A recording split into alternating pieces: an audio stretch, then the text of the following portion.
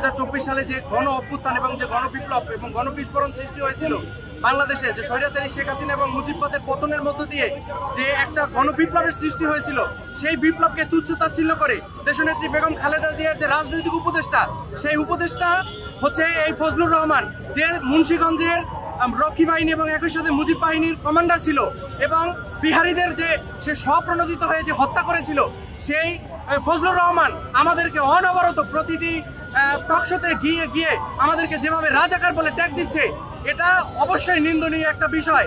এই ফজলুর রহমানকে অনতিবিলম্বে বিএনপি থেকে বহিষ্কার করতে হবে।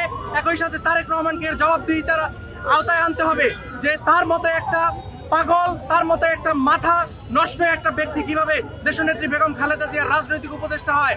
আমরা এর তীব্র নিন্দা জানাই এবং একই সাথে নৈতিক আস্ফলন, সেই আস্ফলন থেকে তাকে বেরিয়ে আসতে হবে এবং জাতির সামনে ক্ষমা চাইতে হবে। আমাদেরকে জুলাই যোদ্ধাদেরকে যেভাবে সে রাজাকার বলে ট্যাগ দিচ্ছে, একে অবশ্যই তাকে আইনের আওতায় আনতে হবে। সে অনবরত আপনারা জানেন বিভিন্ন টকশোতে যে, এবং একই সাথে সবচেয়ে দুর্ভাগ্যজনক বিষয়, সে হচ্ছে আমাদেরকে কালো শক্তি হিসাবে আখ্যা দিয়েছে।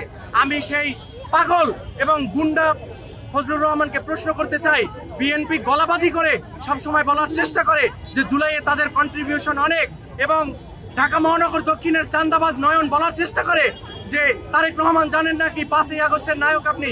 তাহলে আমি সেই চান্দাবাজ এবং তারেক রহমানকেও জিজ্ঞেস করতে চাই, তাহলে সেই জুলাইয়ের কালো শক্তির তালিকায় তারাও আছে কিনা। একই সাথে আমরা এটাও বলতে চাই যে বিএনপি সবসময় গলাবাজি করে প্রতিটি সভা সমাবেশে বলার চেষ্টা করে যে জুলাই অভ্যুত্থান তাদের নেতাকর্মীদের রক্তের উপরে নাকি হয়েছে, তাদের শহীদের সংখ্যা সবচেয়ে বেশি। তাহলে তাদের শহীদের সংখ্যা যদি সবচেয়ে বেশি হয়, তাহলে সেই ফজলুর রহমান, এই গুন্ডা মুজিব বাহিনীর মুজিবচোদ, এই গুন্ডা কিভাবে বলে যে আমরা রাজাকার এবং জুলাই করছে হচ্ছে জামাত বিএনপি, জামাতের ষড়যন্ত্র এটা, জামাতকে কালো শক্তি হিসেবে, এবং আমরা আমাদের যে জুলাইয়ের যে যারা ছিল, জুলাই অভ্যুত্থান যারা সংগঠিত করেছে, তাদেরকে সে কালো শক্তি হিসেবে আখ্যা দিয়েছে। আমি এর তীব্র নিন্দা ও প্রতিবাদ জানাই এবং একই সাথে বিএনপি থেকে অনতি বিলম্বে তাকে বহিষ্কার করতে হবে।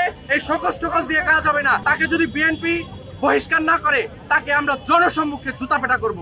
তাকে তার এই বক্তব্যের জন্য তাকে অবশ্যই ক্ষমা চাইতে হবে, মাপ চাইতে হবে, নচেত তাকে আমরা কোনোভাবেই বরদাস্ত করব না।